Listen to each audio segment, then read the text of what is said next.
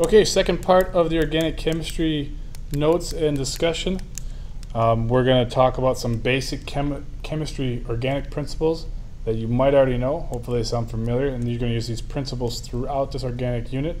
We'll see how they go. You should already have your words down from the first video. These words we're going to run into. So let's talk about some of these basic principles you're going to need to know. First thing you need to know that chemistry, organic chemistry, is obviously the chemistry of carbon.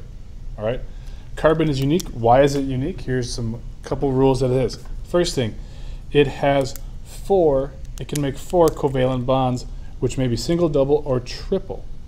All right, so that makes it unique. That triple bonds and double bonds and triple bonds. There's four bonds, and when something has four bonds, it's called a tetrahedral arrangement. Okay, the reason why carbon can make so many bonds is because it has four valence electrons, and the four valence electrons hover around it, something like this. And remember, electrons look for buddies, so therefore they need to have a pair. So they bond really readily to things that want to pair up. Remember, because they want to be stable. Electrons exist as pairs. Each bond makes two electrons. All right. So that's the first property. That's probably one of the most important properties. Second property is most organic compounds, ones that involve carbon, are nonpolar, meaning they don't have a charge, and are weak or weakly polar. All right. So what that tells you is that they're held together by forces called London dispersion forces, and because they are weakly, or they're nonpolar or weak, they have a low melting point, meaning that they break apart or they change phases really easily. They also have a low boiling point, but they do have a high vapor pressure. So in other words, they're volatile. In other words, they want to react. So if you ever see on the back of certain sprays, things like that, you'll see something called VOCs. Okay, VOCs are volatile organic compounds, and the more there are, the more that you can inhale, and it's just not good being around those kind of things because they bond to things really readily, like this carbon molecule. So you want to stay away from those volatile organic compounds.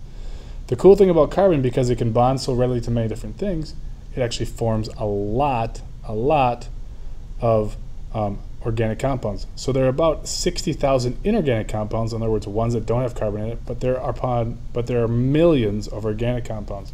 So our life is based off of organic compounds. So because they're mostly nonpolar, most organic compounds are insoluble and immiscible. In other words, they don't mix in water. All right, so most of the stuff you might see, like butter, fats, those things do not mix in water because they don't have the same charge. Okay, insoluble means they don't have a similar charge, so they can't dissolve. They don't have any attraction to each other. All right. They undergo combustion or reaction with oxygen. So here's the organic compound in this reaction, C8H18. It's a hydrocarbon, meaning that it is basically going to be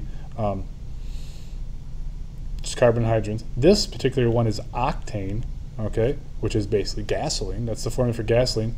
And when gasoline gets in the presence of oxygen under the right pressure, okay, which is what happens in your car engine, you make CO2 and H2O. In other words, this is what comes out of your exhaust. And every once in a while you see some dripping coming out of your exhaust too. That's water. So these two things actually get formed. So that's a combustion reaction. How do we know it's combustion? Combustion reactions always react with oxygen to make CO2 and H2O in any amount. In this case, there's 16 carbon dioxides and 12 waters. All right. Another thing you need to know about organic compounds, they decompose upon heating in the absence of oxygen. So this is how they make oils like gasoline. So basically, it's basically the boiling effect. All right, when the more you heat it, in the absence of oxygen, the more to form more components of its elements. In other words, it breaks it down. Okay, because we have crude oil, which is what we normally get, that black oil, and then that's where we get our gasoline because we boiled it down. And organic reactions are very complex, but are much slower than inorganic reactions because they're a little less reactive, so to speak. They usually need a catalyst. A catalyst would be something right here. Catalysts are often used. So a catalyst would be something that actually pushes the reaction to go. In other words, get it to start reacting a little bit faster than it would normally would. So these 7 basic principles, definitely make sure you know the first one. That's the big one right there. These other ones are kind of side chains and will be helpful, but the big one, make sure you know how many times carbon wants to bond. It's going to be quite useful. Also, what we need to know about organic molecules is this. Organic molecules, they come in 2 strains. They come in straight chains, which means they could be like stair steps. They could be just long, like noodles, things like that. They could be like C's, okay? They could be in all those arrangements. Those are called straight chains. Or they could be in a ring structure, which is called a closed chain. Those are called aromatics. So the straight chain ones can be 2 things. One, they could either have single bonds, which we talked about in the words, single bonds, which means they're saturated, or they could be unsaturated, means they have double or triple bonds, at least one. If it has a single bond, these are called alkanes, okay? Alkanes, they end in ane. So you will notice that a lot of alkanes, all right, will have an ane ending, like methane and ethane and things like that. They only have single bonds between the molecules. And here is the general formula for most alkanes, all right? Whatever number you want to put for N, times it by 2 plus 2. So if you put 1 here, 1 times 2 is 2, 4. So CH4. An unsaturated one, this would be a double bond. Oops, not double. This would be called alkenes with an E, alkenes. And then triple bonds would be alkynes with a YN, YNE. All right, alkynes are triple bonds. Here's your general formula, minus 2 in this case. And they have a YNE ending. Whereas double bonds, they have only 2 times N, no pluses or minuses.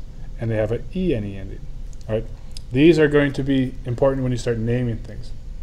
And then aromatic structures like benzene, this is your general formula for most of your ring structure molecules. The ring structure molecules I'm talking about are going to be like this. This is actually benzene. They used to put this in soaps, and it would clean things really well. All right, it used to clean things really well until they realized it causes cancer because it's so reactive. So that is what they're going to look like. They're going to be some kind of ring or connected in some shape. They could be a triangle, they could be a square, they could be a home base shape, pentagons, hexagons, those kind of deal. When you're naming these things, here's some general rules for naming, which we'll go over in class. You got to name the longest continuous chain of carbons first. That's going to be your prefix, the parent name. That's going to give you your number, all right? And then any functional groups off those main changes. And then you're going to name the different groups that come off. All right, the groups that come off, you have to tell me how many there are and the number of carbons they have. All right, so using this stuff right here, here's what we would say. Let's say we had this molecule like that. Let's say we had a fluorine right there. The rest of these are hydrogens. I'm not going to draw them in, so just think that these lines lead to hydrogens. I'm just not going to draw the hydrogens in. And there's a fluorine hanging off it. Now, here's my longest chain, 1, 2, 3, 4, 5. The longest chain is 5. The prefix for 5 is pent. Okay, like a pentagon. So pent, that means I have 5. It's a pentane. Why is it ane? Because there's single bonds between the carbons. So the ANE tells you what type of bonds are between the 5 carbons. Now what you need to tell me is, are there any side chains? Well, there is one side thing coming off the main structure. There's a fluorine. It's located on the second carbon, so I tell me the location. It's off the second carbon. Okay, 1, 2, and I just shorten it up.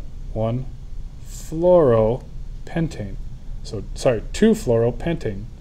Located off the second carbon, I have a fluorine in a chain of 5 with single bonds. All right, we'll go over more of that stuff later and make sure we know what's going on with that stuff. And this next part over here, so these are some basic stuff. Make sure you look at these. We'll go over more of this stuff in detail in a second, but there's some general principles that you're definitely going to need to know. So make sure you know the basics before you really start going on with this stuff.